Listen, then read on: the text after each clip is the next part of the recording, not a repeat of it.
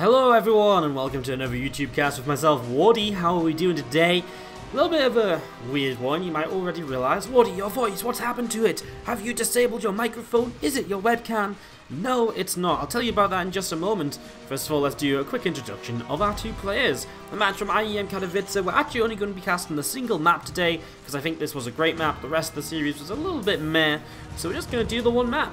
To the bottom right hand side, our red Terran player is uThermal, up against the blue Terran top left TY. So, I'm casting this from my hotel room while I'm out in Ukraine doing the WESG broadcast this week. If you're watching this within the week of the video being broadcast, check it out, twitch.tv/WESG_SC2. And instead of letting you guys basically go without YouTube cast this week, or YouTube exclusive cast this week, I decided to try and just hook up my mobile mic and my mobile setup and kind of see what happened. Now, you might hear a little bit of the laptop fans in the background. My voice might be a bit echoey. It's not the best acoustics in here. I can already hear myself echoing a little bit. Oh, shut up, you Wardy over there on the wall. But yeah, I just thought it'd be nice to actually get a cast up and to cast something rather than nothing, right?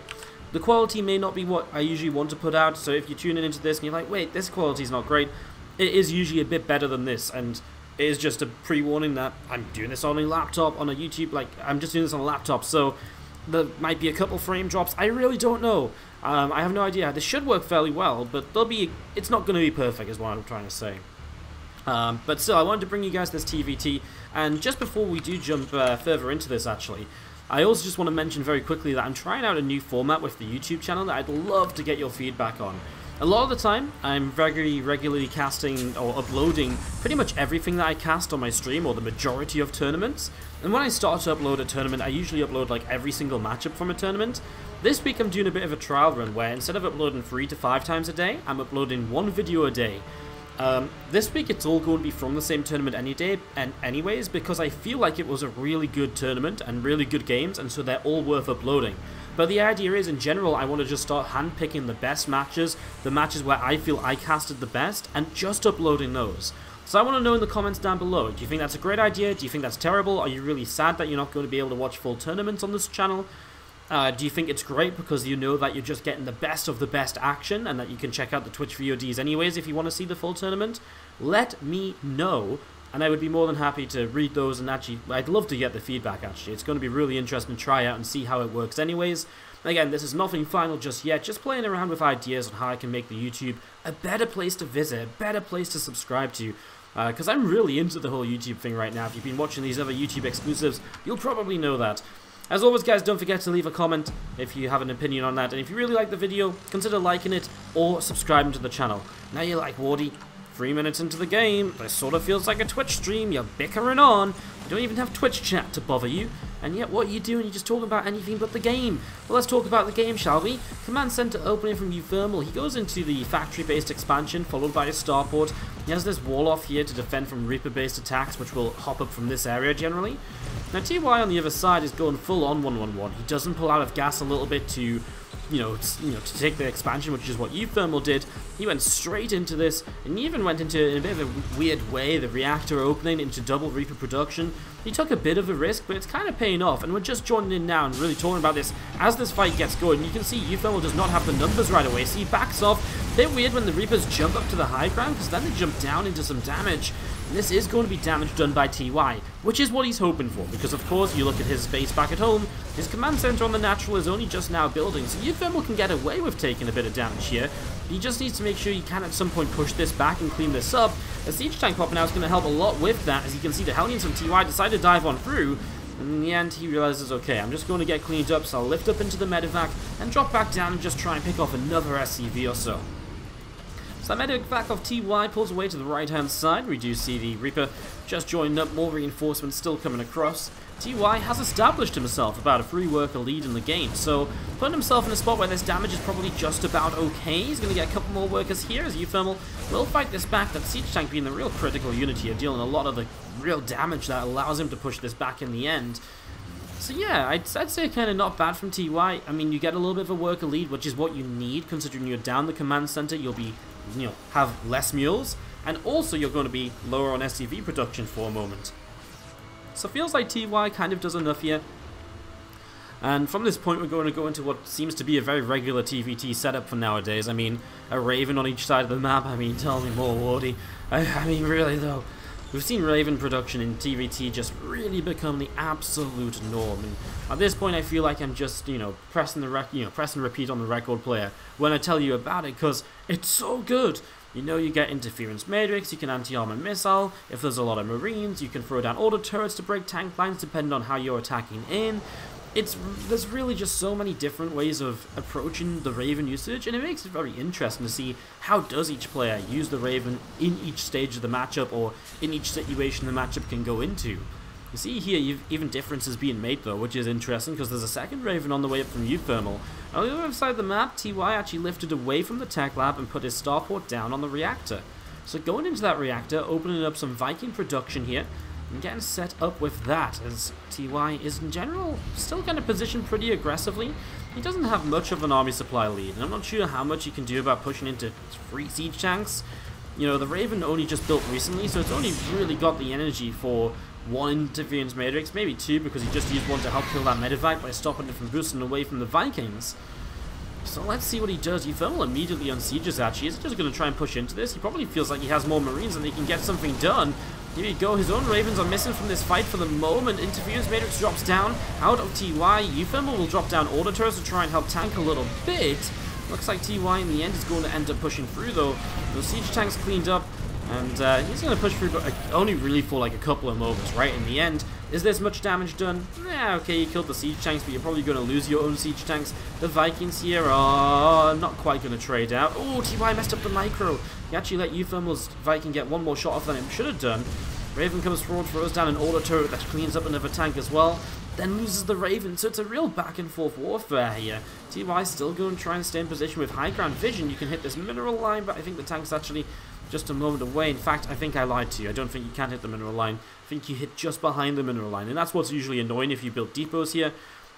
Usually, yes, if you kind of go for this push, you actually kind of siege up the tanks, you drop the marines here, and then they're kind of protected a little bit from that low ground tank positioning. So not able to abuse too much there as we continue through. TY already with the confidence to build a 3rd base on location. uThermal has a 3rd a little faster though, so he kind of negates the fact. It's like TY, okay, I take a later 3rd, but because it's on the low ground, I don't have to float it anywhere. I kind of make up for the lateness of it, even though it's not really late, but it just being that 20-30 seconds or so later. Again, minor differences. We do see the Viking count from TY coming in and taking advantage. 1 Viking down instantly, now another. Auto turret will help out, so in the end it's 2 Vikings just for the 1. Still a better trade from TY than it is for uThermal. And look at TY still being aggressive to the bottom side of the map. I mean, this is really unorthodox, I feel, in the TvT. Usually you get to this sort of point as the Vikings even landing. TvT isn't usually this scrappy. You get to a point where it's like, okay, the first attack got cleaned up, let's turn this around and kind of go back home or so.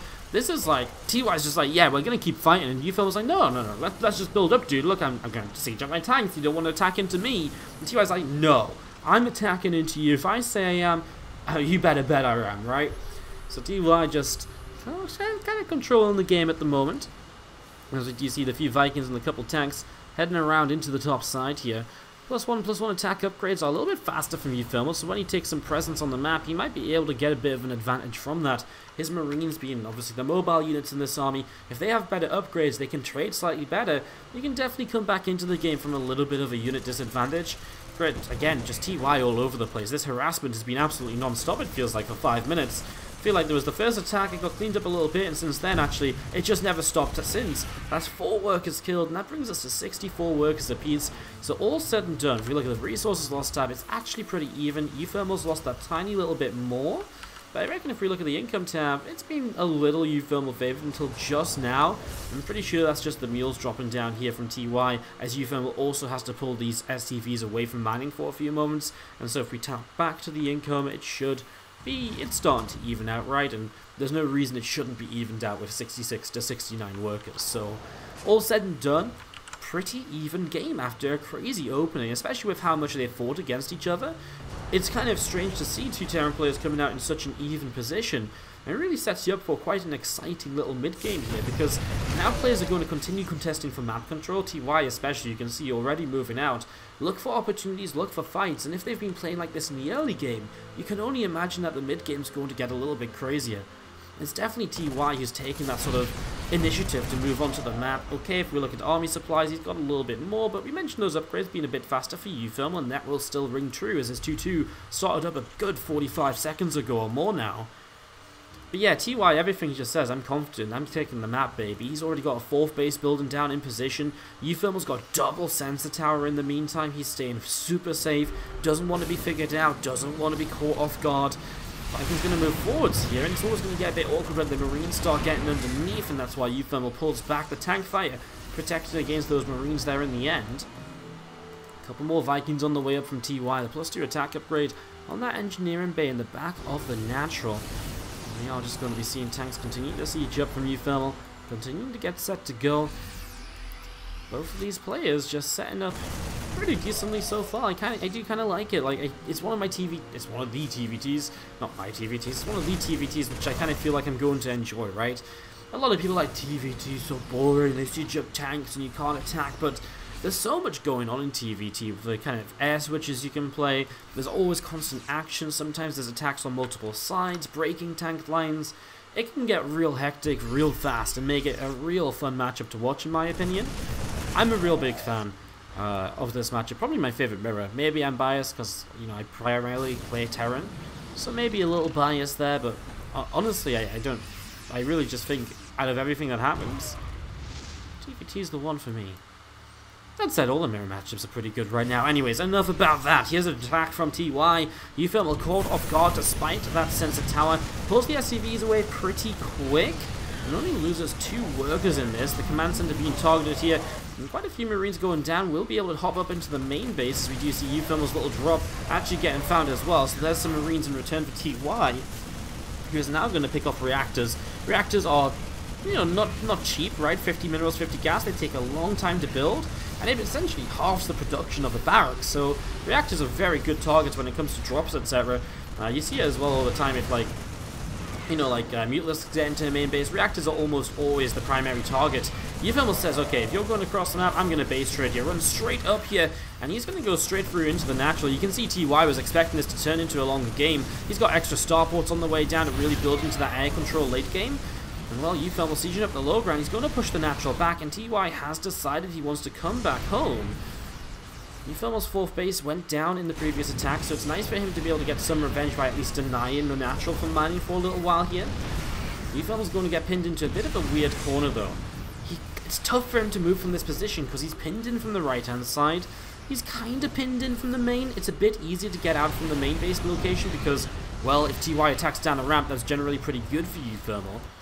If uThermal could just get towards this planning force and make a move to pick that off, that'd be awesome. He's now going to bring his own army reinforcements across the map to maybe try and sandwich this army of TY. Tanks on siege, he's going to reposition, he's going to go down, but the units in the middle of the map are just that late to join in.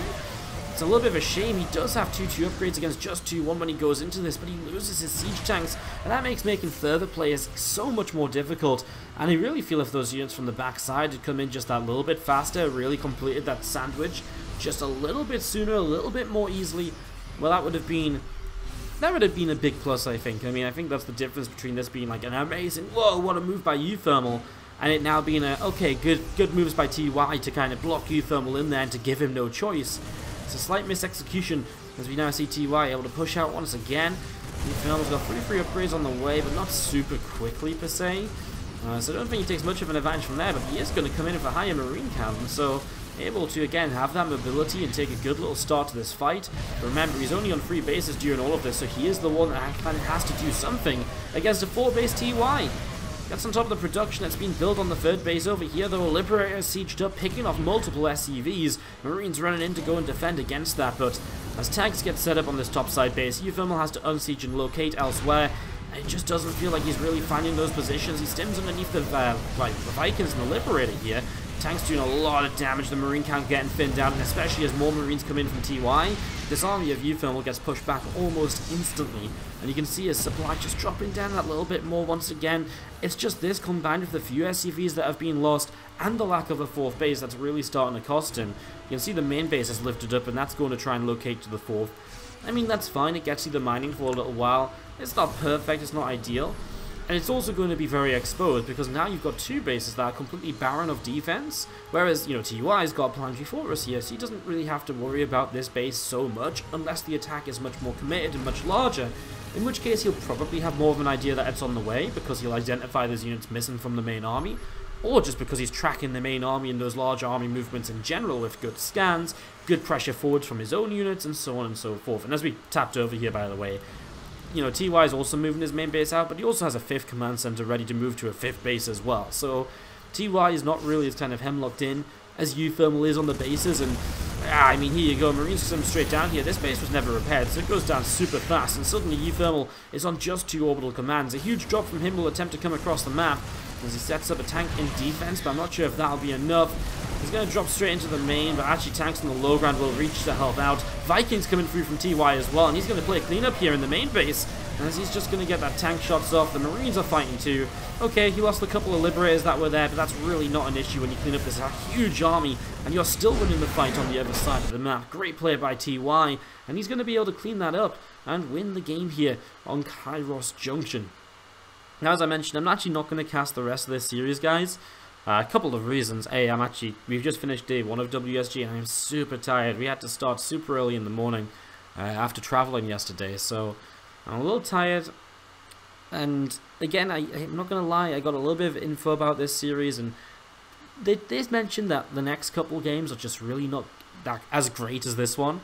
So I think we're going to give them a skip and just do the one map for today. But of course, if you want to watch more, the IEM replay pack's available. There's probably a video of this series being cast somewhere on YouTube as well already. It's definitely not one that I casted. I think it might have been Zombie Grub that casted it. Either way, this was TY uThermal from IEM Katowice. So if you want to find out more, I'm sure you'll be able to. But really great first game, right? Like a really cool exhibit of TvT, how different build orders early game can lead into so many different things. And just how you can manipulate that, and, you know, the back and forth aggression can then lead to both players having that expansion up and being in such a similar spot. And just in general, though, I think TY's constant aggression through the first 10 minutes just gave them those slight edges. And then when uThermal had a chance, I think his biggest chance, that counter-attack was really well played. And finally, uThermal got a chance to make a move, and that's always scary in TvT, and that's what TY's play is so good at. You know, you're always on the map, you're always the one making the moves, and it's like, well, how am I ever meant to fight this as uThermal? Like, I've always got to be in position. As soon as uThermal got to make a move, it was good, but then his execution of getting out of that position, that kind of attack that was meant to sandwich that didn't quite do it, it just wasn't quite there, and because of that, he really lost out on a bit of an opportunity. I'm going to wrap it up right there, guys. I've actually blabbed on quite a bit at the end of this series, didn't I? So again, let me know what you think about the new idea for the YouTube, or what you think about it testing out. You know, try it out, see if you like watching one series a day, see if you think it's terrible, see if you want to... Let me know. That's what the comment section's for. I always read those, even when they're really mean, like, Morty, have you ever thought about stopping casting? Because I don't want to listen anymore. And I'm like, well, you know, that sucks, but at least I'm not as stupid as the guy who keeps watching who doesn't like the videos. So yeah, let me know what you think. If you like the video, leave a comment, leave a like. Consider subscribe to the channel. And guys, the next YouTube exclusive will be on Thursday. I should be able to get something recorded, even if it is still in this hotel room quality. Hopefully you don't mind too much. Thanks a lot, and I'll see you next time.